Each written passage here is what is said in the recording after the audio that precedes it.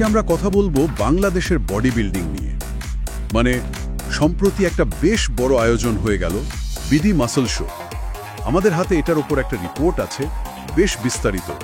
চলুন দেখি কি আছে এতে, বোঝার চেষ্টা করি এই শোটা আসলে কেন এত গুরুত্বপূর্ণ বা কেন এত সাড়া ফেলল। সময়ের জনপ্রিয় ডিজিটাল প্ল্যাটফর্ম বেঙ্গল টিভিতে আপনাদের স্বাগত। এটা তো বলছে দেশের সবচেয়ে বড় বডি বিল্ডিং আর ফিটনেস ইভেন্ট। 3 দিন ধরে চললো বসুন্ধরা ইন্টারন্যাশনাল কনভেনশন সিটিতে। ঠিক, আর স্কিলটা কিন্তু বেশ বড়, তাই না? অবশ্যই, প্রায় 1,500 প্রতিযোগী। ভাবা যায় 4 শতাধিক ক্লাব, অর্গানাইজেশন, এমনকি শুনলাম নাকি বিশ্ববিদ্যালয় থেকেও ছিল। বিশ্ববিদ্যালয় থেকেও? আচ্ছা।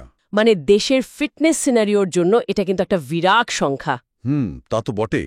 আর এতে তো অনেকগুলো ক্যাটেগরিও ছিল নিশ্চয়ই। রিপোর্ট বলছে মেন্স বডি বিল্ডিং ছিল men's body building, physique, classic physique, denim jeans model, female fit model. বাহ, বেশ কয়েকটা বিভাগ। একদম। আর সব বিভাগেই নাকি ফাইনাল প্রিপারেশন আর শারীরিক দক্ষতার দারুণ প্রদর্শনী ছিল। আর এবারের সবচেয়ে আলোচিত নামকে জামাল হোসেন, তাই তো?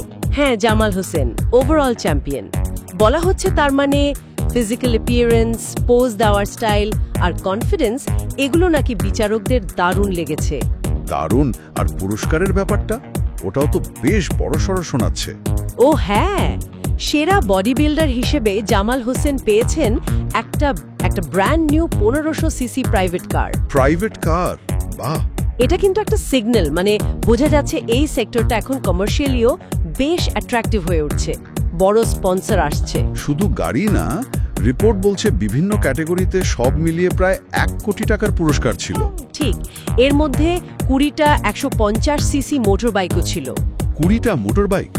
এটা তো প্রতিযোগীদের জন্য মানে অসাধারণ একটা মোটিভেশন। অবশ্যই, তবে রিপোর্ট অনুযায়ী ব্যাপারটা শুধু এই কম্পিটিশন বা পুরস্কারের মধ্যে আটকে ছিল না। আয়োজকরা চেয়েছেন এটাকে একটা মানে টোটাল এন্টারটেইনমেন্ট ইভেন্ট বানাতে। আচ্ছা, কিভাবে? যেমন ধরুন, দর্শকদের জন্য ফ্যাশন শো ছিল, লাইভ মিউজিক ছিল, আবার ফিটনেস এক্সপোও ছিল, যেখানে বিভিন্ন ফিটনেস ব্র্যান্ড তাদের প্রোডাক্ট শোকেস করেছে। ও আচ্ছা আচ্ছা, তার মানে শুধু যারা হার্ডকোর বডি বিল্ডিং ফ্যান তাদের জন্য না, বরং সাধারণ মানুষকেও টানার একটা চেষ্টা ছিল, একটা লাইফস্টাইল ইভেন্টের মতো। একদম, রিপোর্ট থেকে তো এমনটাই মনে হচ্ছে।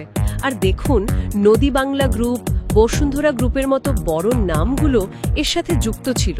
তাদের হাই অফিসিয়ালরা উপস্থিত ছিলেন। এটা কিন্তু আয়োজনের সাকসেস আর গুরুত্ব দুটোই বাড়িয়ে দেয়। ঠিক। আয়োজক কমিটির মিডিয়া চেয়ারম্যান নুরুল ইসলাম খান নাইম, তার একটা বক্তব্য আছে রিপোর্টে। তিনি নাকি বলেছেন তারা ইন্টারন্যাশনাল স্ট্যান্ডার্ডে একটা শো করতে চেয়েছিলেন এবং সেটা করে দেখিয়েছেন। বেশ কনফিডেন্ট মনে হলো কথাটা। এনারা সবাই ছিলেন, তাতে অনুষ্ঠানের গুরুত্ব আরো বেড়েছে। আচ্ছা, আরেকটা ইন্টারেস্টিং ব্যাপার, প্রয়াত সংগঠক নজরুল ইসলামের কথা। নজরুল ইসলাম, যিনি জাতীয় ক্রীড়া পরিষদে বডি বিল্ডিং শুরু করেছিলেন? হ্যাঁ, ঠিক তিনি। রিপোর্ট বলছে এই বিডি মাসল শো যেন তারই দেখা স্বপ্নের একটা আধুনিক রূপ। বাহ, এটা তো দারুণ একটা কানেকশন, মানে ঐতিহ্যের সাথে আধুনিকতার একটা মেলবন্ধন। একদম।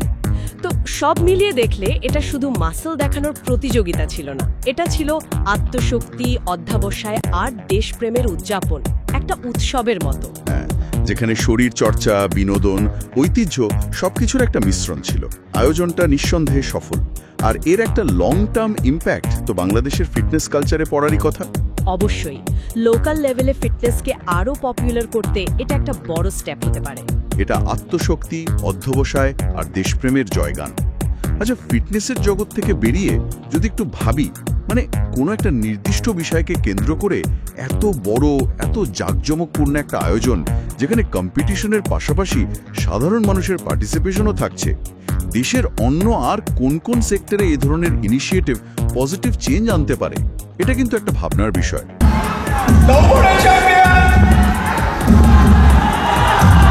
Champion of the champion!